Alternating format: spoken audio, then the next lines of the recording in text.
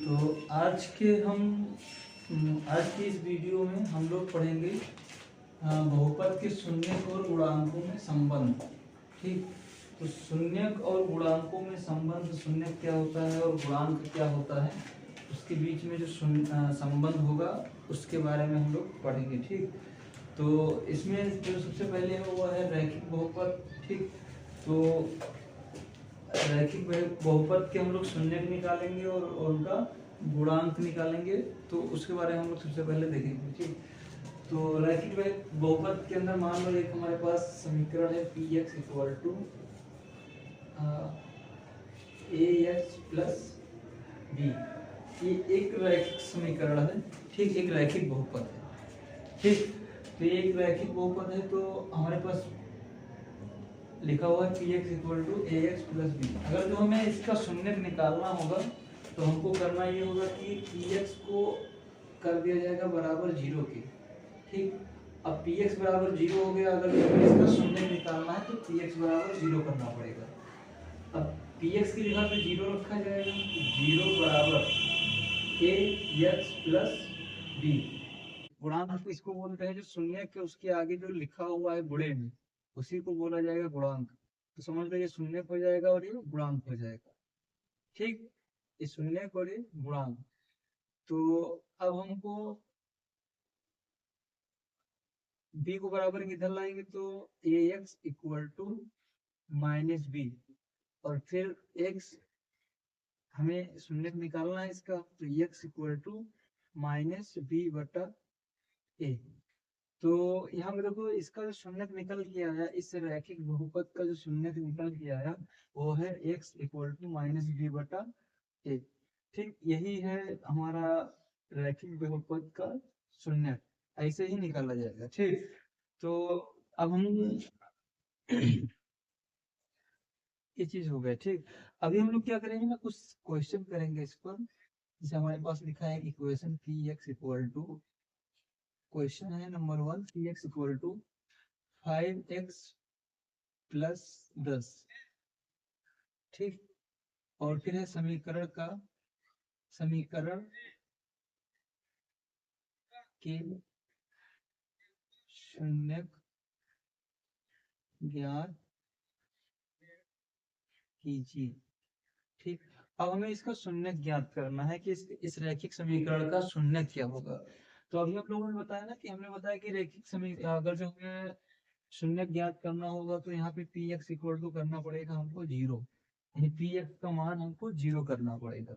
जहाँ पे P x है वहां पे रखा जाएगा 0 बराबर 5x प्लस 10। ठीक,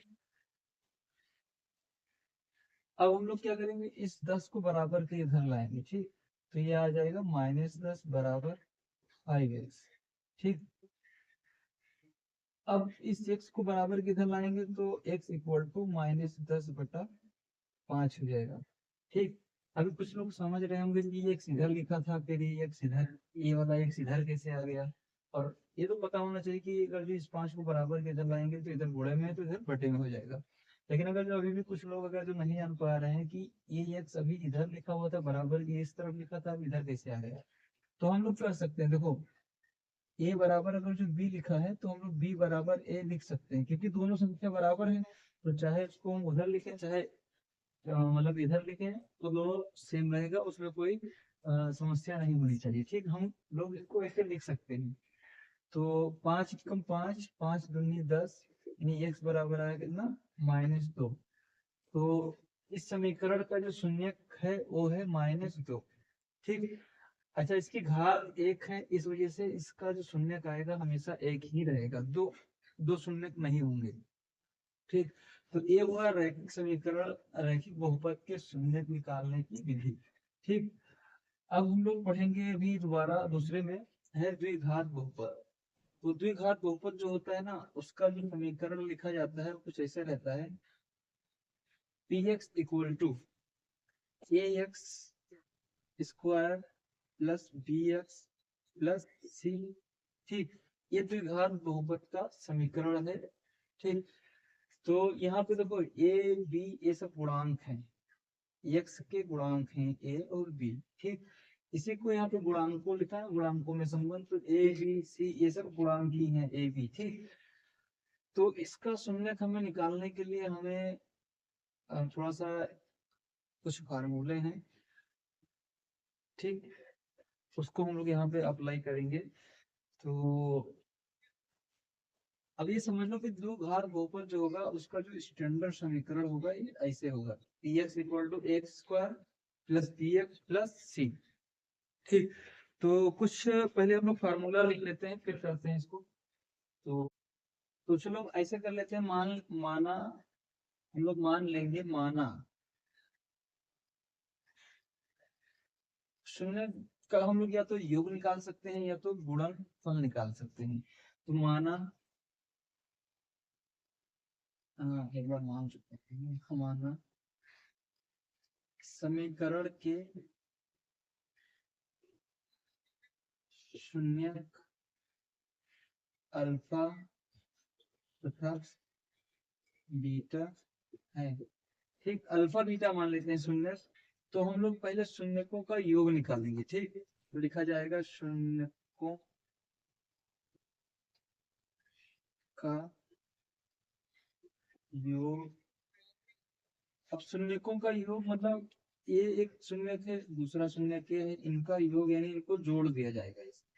alpha plus beta equal to यानी बराबर माइनस जो यक्स का गुणांक है यहाँ पे क्या है, यक्स का गुणांक बी है, हम लोग लिखेंगे यक्स का गुणांक बटा एक्स स्क्वायर। अब है ना यहाँ पे तो एक्स स्क्वायर है, इसके नीचे लिख दिया जाएगा एक्स स्क्वायर का गुणांक, ठीक। तो यहाँ पर अब हम लोग जो देखेंगे वो ये रहेगा कि अल्फा प्लस बीटा ये है क्या, शून्यकों का योग है, अल्फा प्लस बीटा शून्यकों का योग है। यहाँ पे देखो एक्स माइनस का चिन्ह लगाया जाएगा, तो सूत्र ऐसे ही रहता है। तो एक्स की जगह पे हम लोग लिखा जाएगा, एक्स का गुणांक क्या है, एक्स के आगे जो लिखा है, एक्स के आगे जो लिखा है ये गुणांक है, तो एक्स के आगे लिखा है बी, तो ये हो गया बी। अब एक्स स्क्वायर का गुणांक यानी एक्स स्क्वायर के आगे जो लिखा है इसको हम लोग बोलेंगे एक्स स्क्वायर का गुणांक, तो एक्स स्क्वायर के आगे लिखा है ए, तो alpha plus beta equal to minus B बटा ए। तो शून्यकों का योग अगर जो निकालना है, कोई समीकरण रैखिक द्विघात समीकरण दिया है, अगर जो उसमें बोले कि शून्यकों का योग ज्ञात कीजिए, ठीक, तो हम लोग इस फार्मूले से उसको कर सकते हैं। अभी वो बोले कि शून्यकों का गुणनफल ज्ञात कीजिए, तो हम उसके लिए एक फार्मूला इसी की जस्ट आगे देख लेते हैं। देखा जाएगा शून्यकों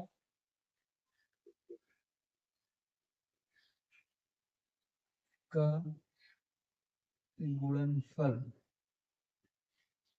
बराबर, गुणनफल को हम लोग लिखते हैं अल्फा गुणे बीटा। गुणनफल मतलब गुणा करना होता है, ठीक, गुणा निकालने के बाद जो रिजल्ट आता है, जो फल मिलता है उसी को हम लोग गुणनफल बोलते हैं। तो अल्फा गुणे बीटा यानी अल्फा डॉट बीटा भी लिख सकते हैं हम लोग। तो यहाँ पे इसका जो वैल्यू होगा बराबर, पहला यहाँ पे देखो इस समीकरण में, इस द्विघात समीकरण में जो इस सी वाला पद है ना, इसको अचर पद बोलते हैं। अचर पद के मतलब ऐसा पद जो जिसका मान बदल ना सके। जैसे 5 है ना, तो 5 यहाँ पे 5 रहेगा, 6 रहेगा, 7 8 9 10 कुछ भी रहेगा, जिसका मान मतलब बदल ना सके उसी को हम लोग अचर बोलते हैं। जैसे 5 हमेशा 5 ही रहेगा, 5 को हम 6 नहीं बोल सकते, ठीक, या 6 नहीं कर सकते किसी भी तरह से, इसलिए इसको अचर बोलते हैं, ठीक। तो शून्यकों का गुणनफल में हम लोग पहले लिखेंगे ऊपर अचर पद बटा एक्स स्क्वायर का गुणा, एक्स स्क्वायर का गुणांक, ठीक। तो शून्यकों का गुणनफल आएगा alpha into beta equal to अचर पद यहाँ पे हमारा है सी, ठीक, ये जो है फॉर्मूला इसको सबसे सही करना। अचर पद हमारा यहाँ पे है सी और एक्स स्क्वायर का गुणांक है यहाँ पे ए, तो हम बट्टे में लिख दिया जाएगा ए। तो जो शून्यकों का गुणनफल है वो alpha dot beta equal to c upon a. तो हमारे पास दो फार्मूले निकल आए हैं, अगर जो हमें शून्यकों का योग निकालना है तो इस फार्मूले का इस्तेमाल करेंगे, शून्यकों का गुणनफल निकालना है तो इस वाले फार्मूले का इस्तेमाल करेंगे, ठीक। तो अब हम लोग करेंगे कुछ सवाल, ठीक। अभी त्रिघात बहुपद भी है तो उसको हम लोग अभी बाद में देखेंगे, पहले इस पे कुछ कर लेते हैं क्वेश्चन, ठीक।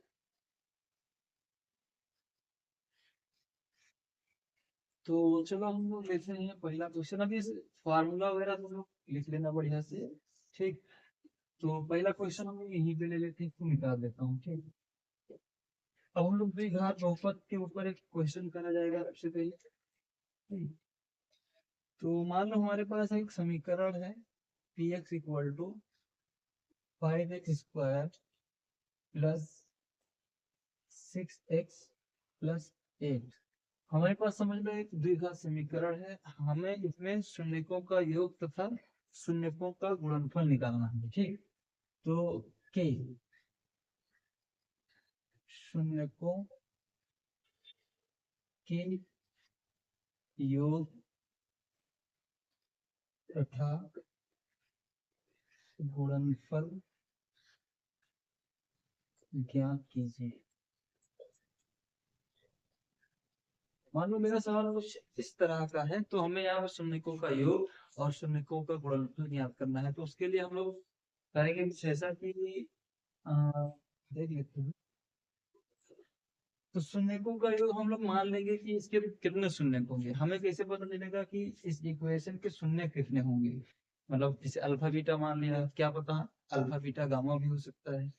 कैसे पता चलेगा कि इसके दो ही शून्यक होंगे, दो ही शून्यक होंगे जो हम अल्फा बीटा मान रहे हैं ना, कि दो शून्यक होंगे या तीन होंगे, कैसे पता चलेगा हमें। तो हम लोग को पता जो चलेगा ना, इसका घात देख के पता चलेगा, इसके ऊपर जो पावर लगा है ना ये, इसको देख के पता चल जाएगा। इसके ऊपर पावर है कितना, दो, यानी अधिकतम घात जो है दो है, इसलिए इसके शून्य सिर्फ दो होंगे, इससे ज्यादा ना होंगे ना इससे कम होंगे, ठीक। तो हम लोग मानेंगे, माना, तो इसको जब सॉल्व करेंगे तो मान लिया जाएगा, माना पी एक्स के, पी एक्स मतलब पी एक्स बराबर इतना लिखा, तो पी एक्स के या समीकरण के शून्य अल्फा तथा बीटा है। अल्फा और बीटा हम लोगों ने मान लिया कि इनके शून्य अल्फा और बीटा, ठीक। तो अब हमें इनके शून्य का योग निकालना है, यानी इनके शून्य को जोड़ना है। ये अल्फा प्लस बीटा हमको करना है कुल मिला के। तो हम लोग क्या करेंगे ना, अच्छा एक थोड़ा सा इसको मैं थोड़ा और एक्सप्लेन कर दूं थोड़ा अच्छे। देखो जो ये समीकरण लिखा हुआ है, ये a x square plus b x plus c के रूप में लिखा हुआ है ना, कुछ इस तरह से लिखा हुआ है। अभी देखो हमारा जो लिखा हुआ था ना, p x equal to x square plus b x plus c. देखो एक्स स्क्वायर है, एक्स स्क्वायर के आगे 5 लिखा है, यहाँ पे बी एक्स है तो एक्स के आगे 6 लिखा है, यहाँ पे सी की जगह पे जो है 8 लिखा हुआ है। तो हम लोग ये कर सकते हैं कि ए इक्वल टू लिख दिया जाएगा से तुलना करने पर, अगर जो किसी को नहीं समझ में आ रहा है ऐसे, तो ऐसे लिख के तुलना कर सकता है। तो फिर यहाँ पे ए है, तो यहाँ पे क्या है 5 है, ए बराबर कितना 5। यहाँ पे बी है और यहाँ पे एक्स के आगे 6 है, तो यहाँ पे बी बराबर 6। यहाँ पे सी है और यहाँ पे 8 है, तो हम लोग लिखेंगे सी बराबर 8।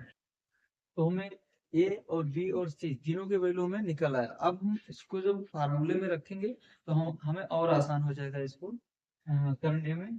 तो हम लोग लिखेंगे अल्फा प्लस बीटा यानी शून्यों का योग बराबर, फार्मूला होता है माइनस बी अपॉन ए, ठीक। तो बराबर, इसके आगे हम फिर से बराबर लगा के कर सकते हैं आगे, ठीक है। माइनस लगाएंगे, बी की वैल्यू है 6 और ए की वैल्यू है 5, यहाँ पे लिखा जाएगा 5।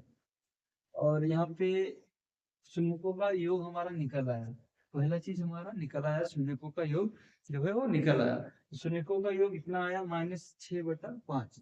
अब हमको निकालना है शून्यकों का गुणनफल, यानी alpha into beta equal to c बटा ए होता है फार्मूला, ठीक। जो गुणनफल का फार्मूला होता है सी बटा ए। अब हम लोगों ने निकाला है शून्यकों का गुणनफल बराबर alpha into beta equal to c upon a, निकाला है ना, ठीक। तो यहाँ पे देखो c की वैल्यू कितना है 8, यहाँ पे रखा जाएगा 8, और a की वैल्यू कितना है 5, तो यहाँ पे रखा जाएगा 5। तो शून्य का जो गुणनफल निकल के आया कितना है 8/5। तो ऐसे हम लोग शून्यकों का योग और शून्यकों का गुणनफल निकाला जा सकता है इस विधि से। ठीक, अब अगर जो किसी समीकरण का हमें शून्यक निकालना हो, ठीक, तो फिलहाल हम लोग अभी पढ़ेंगे शून्यकों का योग और गुणनफल निकालने की तरीका ही इस वीडियो में सीखेंगे। बाकी किसी समीकरण का शून्यक कैसे निकाला जाएगा उसको हम लोग नेक्स्ट वीडियो में देखेंगे, ठीक, ताकि थोड़ा सा बेसिक क्लियर हो तुम लोगों का, फिर आगे हम लोग बढ़ते हैं। तो इस क्वेश्चन को उतार देना, दूसरा क्वेश्चन हम लोग करते हैं।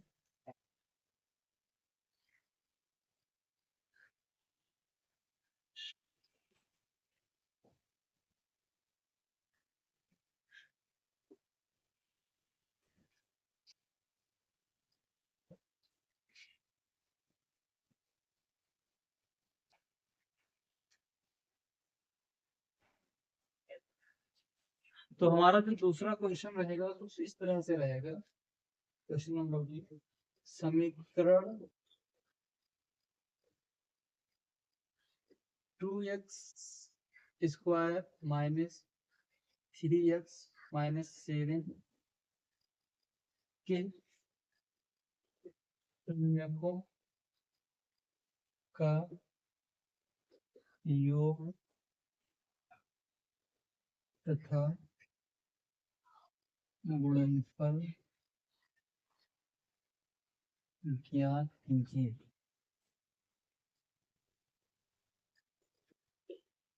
ठीक, अगर तो इस तरह से क्वेश्चन आ जाए कि फिर पिछली बार हमने लिया था कि P F equal to 2x² minus 3x-7 अब लिया था, हम इस बार क्या करेंगे ना, पीएफ को हटा देंगे ताकि अगर जो ऐसे आए तो खुश होना वहां पे। ठीक, तो अभी हमने इसको कैसे सॉल्व करा जाएगा, तो इसमें भी सेम वैसे ही करा जाएगा। हमको पता होना चाहिए कि इसमें कितने शून्य होंगे। इसको पता करने के लिए हमको यहाँ पे क्या देखना पड़ेगा, जो x के ऊपर अधिकतम घात लगा हुआ है उसको देखना पड़ेगा। इससे हमको पता चलेगा कि इसका कितने शून्य आएंगे, इसके कितने शून्य आएंगे। ठीक, तो यहाँ पे जो x की अधिकतम घात है वो है 2। ठीक, यानी इसके अधिकतम 2 शून्य हो सकते हैं।